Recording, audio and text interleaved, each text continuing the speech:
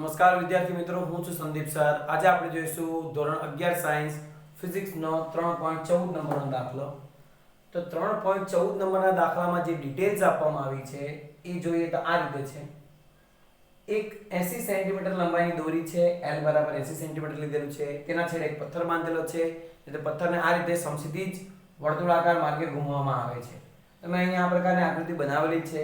ચોપડીમાં અહીં કોઈ વિદ્યાર્થી કે સ્ટુડન્ટનો ઉલ્લેખ નથી, પરંતુ મેં એ રીતે દોરેલું છે કે આ રીતે કોઈ વસ્તુ ફેરવે છે આમ. તો એ જે પથ્થર છે એ 25 સેકન્ડમાં કેટલા પરિભ્રમણ પૂરા કરે છે? 14 પરિભ્રમણ. તો તમને AC યાને કે કેન્દ્રગામી પ્રવેગ ગણવા કીધેલો છે.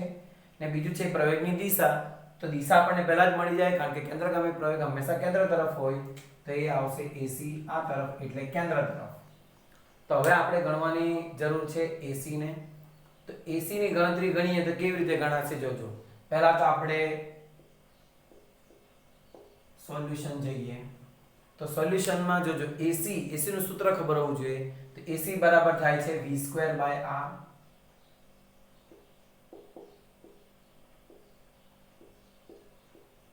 હવે r એટલે શું થાય કે વર્તુળાકાર માર્ગની ત્રિજ્યા જે છે આપણી પાસે 80 સેન્ટીમીટર જે લંબાઈ છે એ જ, પરંતુ v નથી.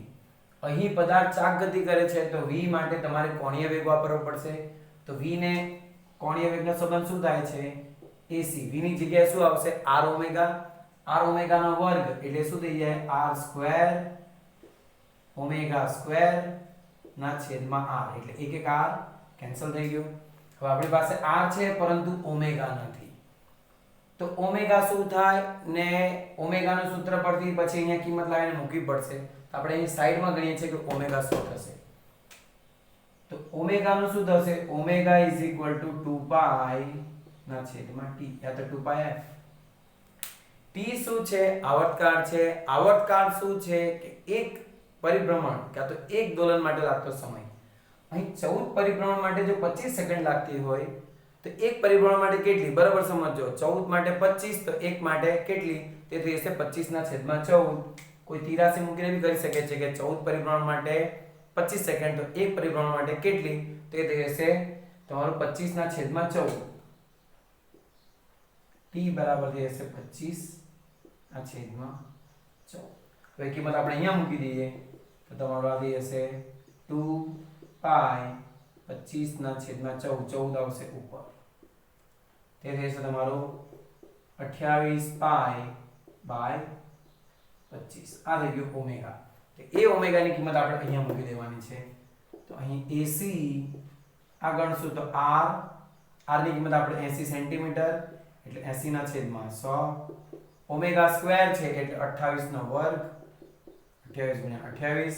પાઈ નો વર્ગ એટલે 10 જેટલું થાય એપ્રોક્સિમેટલી.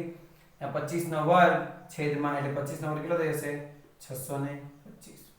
તમે કેલ્ક્યુલેટરમાં આની ગણતરી ગણશો તો એપ્રોક્સિમેટલી 9.9 યા તો 10 જેટલું આવે છે. તો આપણે જે પ્રિસાઇઝ આન્સર છે AC બરાબર 9.9 મીટર/સેકન્ડ². તો આ રીતે તમે શરૂઆતમાં સૂત્ર મૂકી દેવાનું છે AC બરાબર v²/r. v ની જગ્યાએ r ઓમેગા મૂકી દેવાનું. ઓમેગા શું થાય? 2π/t. આવર્તકાળ ક્યાંથી મળશે? અહીંથી મળશે તમને આવર્તકાળ. t બરાબર 25/14. કોઈને થાય આ ક્યાંથી આવ્યું? તો આપણે આ વિડિયોમાં કહ્યું તેમ 14 પરિભ્રમણ માટે 25 સેકન્ડ તો એક પરિભ્રમણ માટે લાગતો સમય તો એ 25/14 થઈ જશે. એ કિંમત જો અહીંયા મૂકી દેશો તો તમારો જવાબ આવી જશે.